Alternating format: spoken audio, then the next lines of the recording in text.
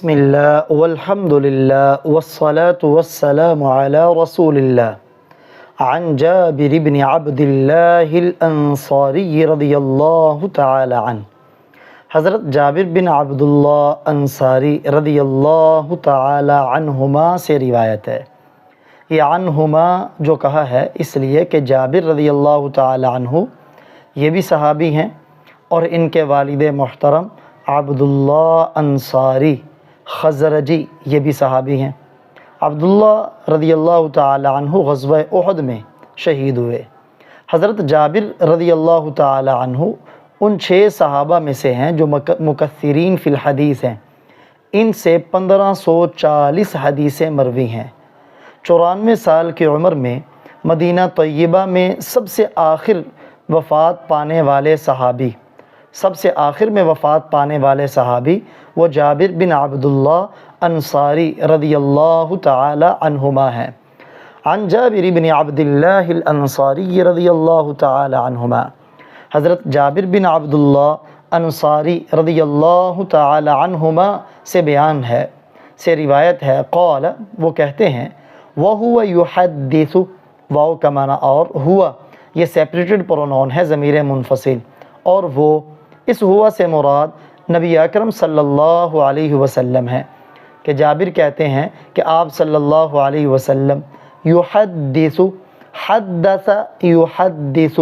اس کا معنی ہے بیان کرنا، کہ آپ صلی اللہ علیہ وآلہ وسلم بیان کر رہے تھے۔ عن فترۃ الوحی، عن کا معنی سے اس کا معنی بارے میں بھی آتا ہے۔ فترت وحی، فترت کہتے ہیں انقطاع، وحی کا منقطع ہونا۔ فترت وحی کے بارے میں آپ صلی اللہ علیہ وسلم بیان کر رہے تھے۔ پچھلی حدیث مبارکہ اس کی انتہا فترت وحی پر ہوئی، اور آگے امام بخاری رحمہ اللہ تعالی ابن شہاب زہری رحمہ اللہ سے جو روایت لے کے آئے تو اس کا آغاز فترت وحی کے بعد سے ہوا۔ تو آپ صلی اللہ علیہ وآلہ وسلم فترت وحی کے بارے میں بیان کر رہے تھے۔ یہ فترت وحی کا زمانہ کتنا ہے پچھلی روایت کے آخر میں بھی میں عرض کر چکا۔ راجح اور صحیح قول کے مطابق یہ 3 سال کا عرصہ ہے جس میں آپ صلی اللہ علیہ وآلہ وسلم پر قرآنی وحی نہیں نازل ہوئی، جبریل امی قرآن پاک کی کوئی آیت نہیں لے کے آئے۔ تو 3 سال کے بعد آپ صلی اللہ علیہ وسلم کیا ہوا، کیسے وحی کا آغاز ہوا، اس کو بیان کر رہے ہیں۔ فقال، آپ صلی اللہ علیہ وسلم نے فرمایا، فی حدیث، فی کا معنی میں، حدیث کا معنی گفتگو اور بات، ہی اپنی اس بات میں، اپنی اس گفتگو کے دوران آپ صلی اللہ علیہ وسلم نے فرمایا، بینا انا امشی، بینا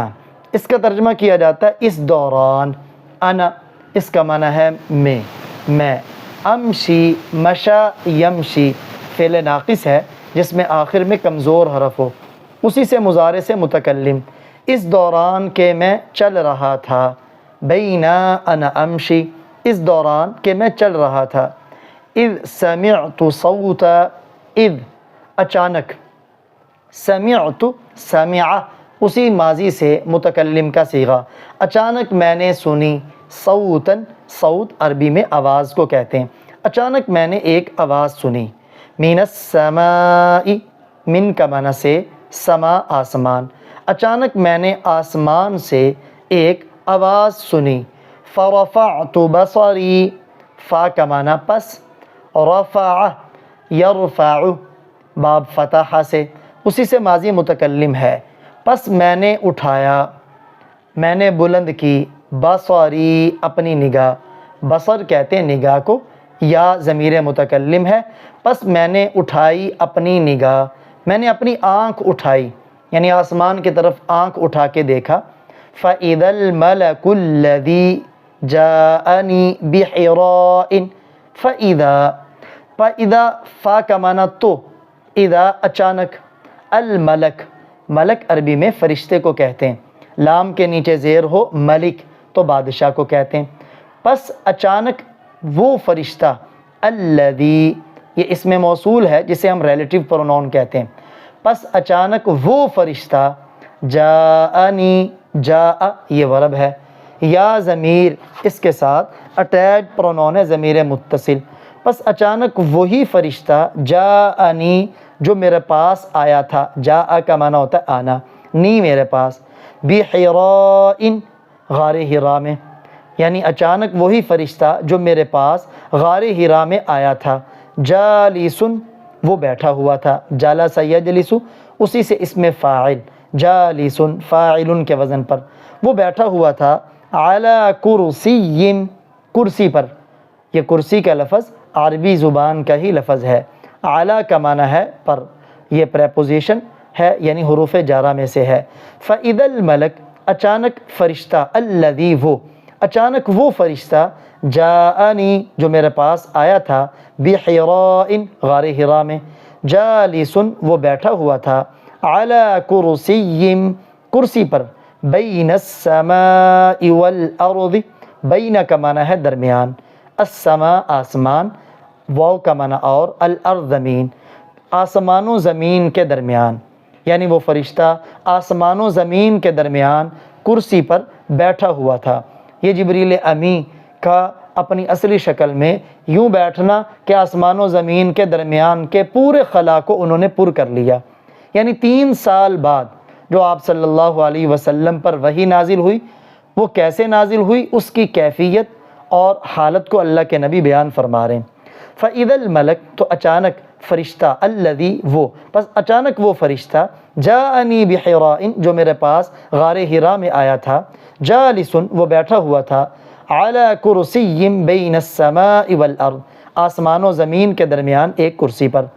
جب آپ صلی اللہ علیہ وسلم نے جبریل امی کو یوں اصلی حالت میں دیکھا، فرعبت منہ یہ پیسیو وائس ہے ماضی مجہول سے متکلم، بس مجھ پر رعب طاری ہو گیا، منہ اس سے، یعنی اسے دیکھ کر مجھ پر رعب طاری ہو گیا، اور یہ رعب کا طاری ہونا یہ شان نبوت کے خلاف نہیں، جیسے کہ میں پچھلی حدیث مبارکہ میں اس کے بارے میں مختصراً عرض کر چکا ہوں۔ فرعبت منہ پس اس سے مجھے رعب طاری ہوا، یعنی اسے دیکھ کر مجھے رعب طاری ہوا، فرجعت پس میں لوٹ کر آیا، فقلت پھر میں نے کہا، قال یقول اسی سے ماضی متکلم، زملونی مجھے کپڑا اوڑھا دو، دیکھیں زمل یزمل باب تفعیل،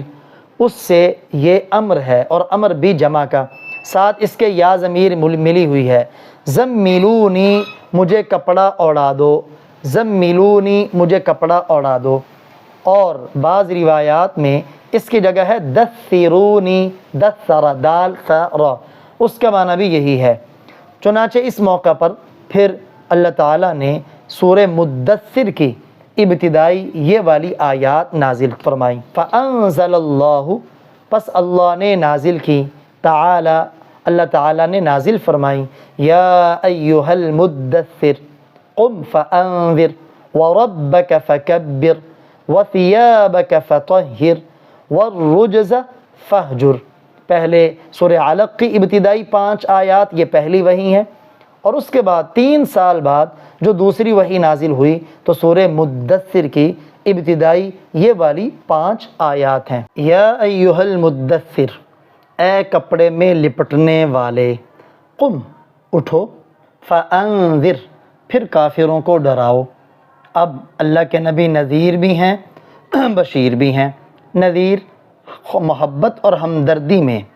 کافروں کو ڈرانے والے، جیسے ایک باپ سانپ اور بچھو سے اپنے بچے کو ڈراتا ہے تو کمال شفقت کی بنیاد پہ ڈراتا ہے، تو اللہ کے نبی بشیر بھی ہیں، ایمان والوں کو جنت کی خوشخبری سنانے والے، لیکن یہاں صرف ڈرانے کا ذکر ہے،